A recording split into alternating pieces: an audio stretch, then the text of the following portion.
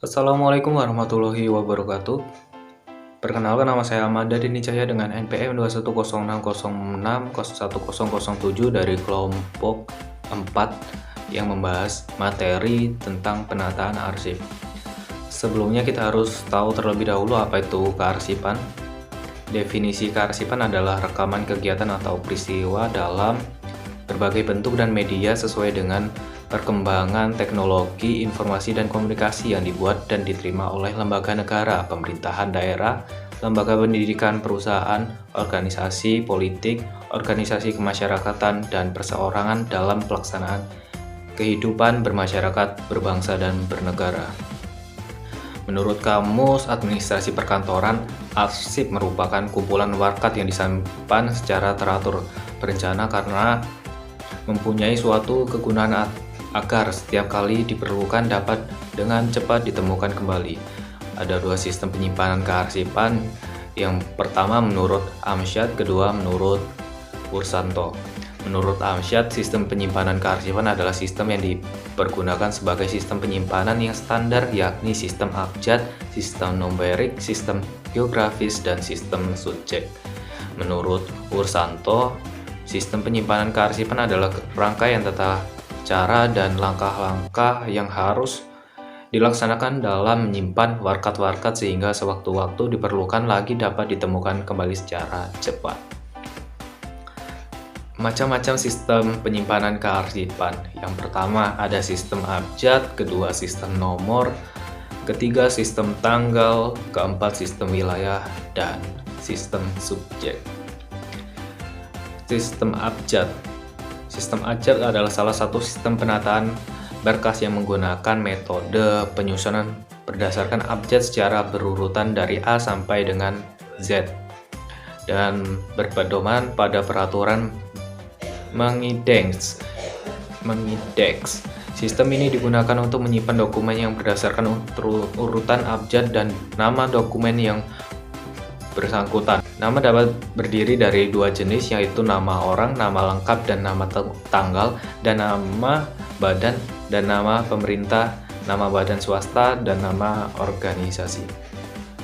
Persiapan penataan arsip berdasarkan abjad yaitu A. Paham peraturan mengindeks, B. Menyimpankan lembar tunjuk silang, C. Menyiapkan peralatan arsip.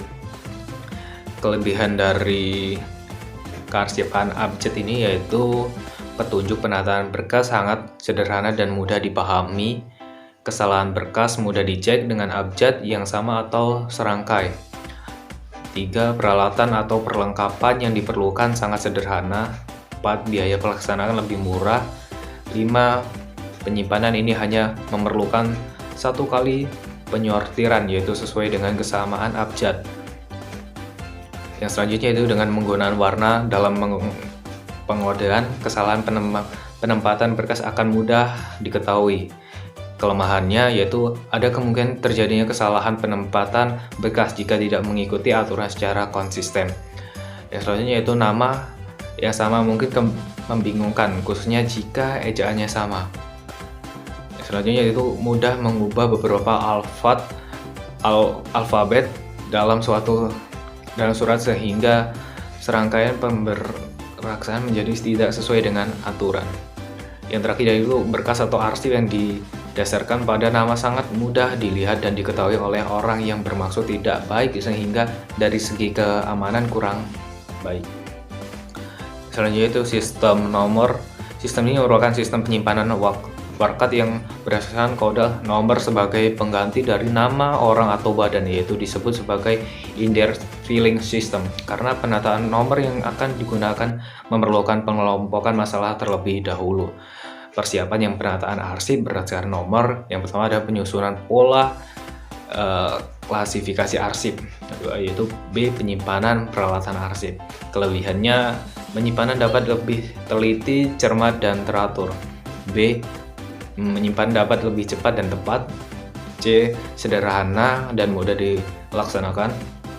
D. Dapat dipakai untuk segala macam surat, warkat, dokumen. E. Nomor dokumen dapat dipergunakan sebagai referensi dalam korespondensi. F. Nomor map atau dokumen dapat diperluas tanpa batas. Kelemahannya yaitu lebih banyak waktu dipergunakan untuk mengindeks.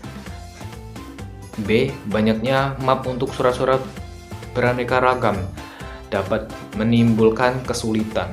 C. Perlu ruangan yang luas dan memadai untuk penyimpanan arsip yang banyak. Yang selanjutnya yaitu sistem tanggal. Sistem ini merupakan salah satu sistem penataan berkas yang berdasarkan urutan tanggal, bulan, dan tahun, yang mana pada umumnya tanggal dijadikan pedoman, termasuk diperhatikan dari datangnya surat. Surat yang datang paling akhir ditemukan di depan tanpa melihat masalah atau perihal. Kemudian arsip atau file disusun berdasarkan waktu dengan frekuensi tertentu, misalnya harian, mingguan, atau bulanan, bahkan per tahun. Berdasarkan keperluan. Hubungan erat antara buku agenda dengan file penyimpanan surat adalah karena file penyimpanan surat masih sering mempergunakan sistem filing kronologis, yang juga merupakan susunan dari catatan surat masuk pada buku agenda atau surat keluar pada buku verbal. Persiapan penataan arsip berdasarkan tanggal. A. Menentukan pembagian tanggal, bulan, dan tahun. B. Menyiapkan peralatan arsip. Kelebihannya yaitu filing system yang paling sederhana dan praktis. 2.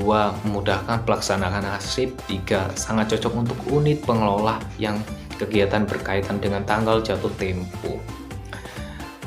Dan 4. Sangat mudah diterapkan. Kelemahannya yaitu hanya cocok diterapkan pada perusahaan kecil yang volume kerjanya belum begitu besar dan permasalahannya belum begitu rumit. 2. Hanya bisa digunakan untuk surat-surat yang jumlahnya sedikit. 3. Akan terjadi kesulitan dalam penemuan kembali arsip apabila peninjauan penyebutan masalah atau perihal arsip tersebut. 4. Orang sering lupa dengan tanggal surat, terutama tanggal penyimpanan. 5. Tidak semudah unit pengelolaan dalam organisasi itu cocok menetapkan sistem ini. Yang selanjutnya itu sistem wilayah. Sistem wilayah atau geografis adalah suatu sistem penyimpanan arsip berdasarkan pembagian wilayah atau daerah yang menjadi alamat suatu surat. Surat disimpan dan diketemukan kembali menurut kelompok atau tempat penyimpanan berdasarkan geografis wilayah kota dari surat berasal dan tujuan surat dikirim. Dalam hubungan ini, surat masuk dan surat keluar disimpan dan ditempatkan dalam folder yang sama, tidak dipisah-pisahkan. Dalam penyimpanan menurut sistem ini harus dibantu dengan sistem abjad atau sistem tanggal. Kelebihannya yaitu mudah mencari keterangan bila letak wilayah telah diketahui. Yang kedua, apabila terjadi penyimpanan arsip dapat segera diketahui. Kelemahannya yaitu kemungkinan besar terjadi salah penyimpanan apabila petugas tidak memiliki wawasan atau pengetahuan tentang geografis. Kedua yaitu harus mengetahui letak geografis wilayah meskipun dalam surat tidak dicantumkan secara lengkap. 3. Perlu adanya guidance atau semacam buku petunjuk yang menggambarkan batas-batas wilayah yang menjadi wewenang dan tanggung jawab masing-masing cabang atau perwakilan. Yang selanjutnya itu sistem subjek. Sistem subjek merupakan suatu sistem penyimpanan arsip berdasarkan masalah di mana surat dikelompokkan ke dalam daftar indeks untuk ditentukan masalah-masalahnya yang pada umumnya terjadi. Sistem ini juga disebut dengan topical filing atau data filing dan dikenal sulit dalam pengelolaannya karena setiap orang menginterpretasikan perihal yang dimaksud pada surat secara berbeda. Maka dalam pemakaian sistem ini diperlukan panduan yang lengkap dan jelas untuk menghindarinya. Ada dua macam sistem subjek, yaitu sistem subjek murni berdasarkan urutan abjad dan sistem subjek B notasi berdasarkan notasi atau kode tertentu. Yang selanjutnya yaitu untuk sistem yang terdiri dari banyak subjek diperlukan daftar indeks agar istilah yang dipergunakan dapat dibuat sama dengan yang lain. Daftar indeks adalah suatu daftar yang membuat kode dan masalah-masalah yang terdapat di dalam kantor atau organisasi sebagai pedoman penataan arsip berdasarkan masalah. Sekian dari saya akhiri. Wassalamualaikum warahmatullahi wabarakatuh.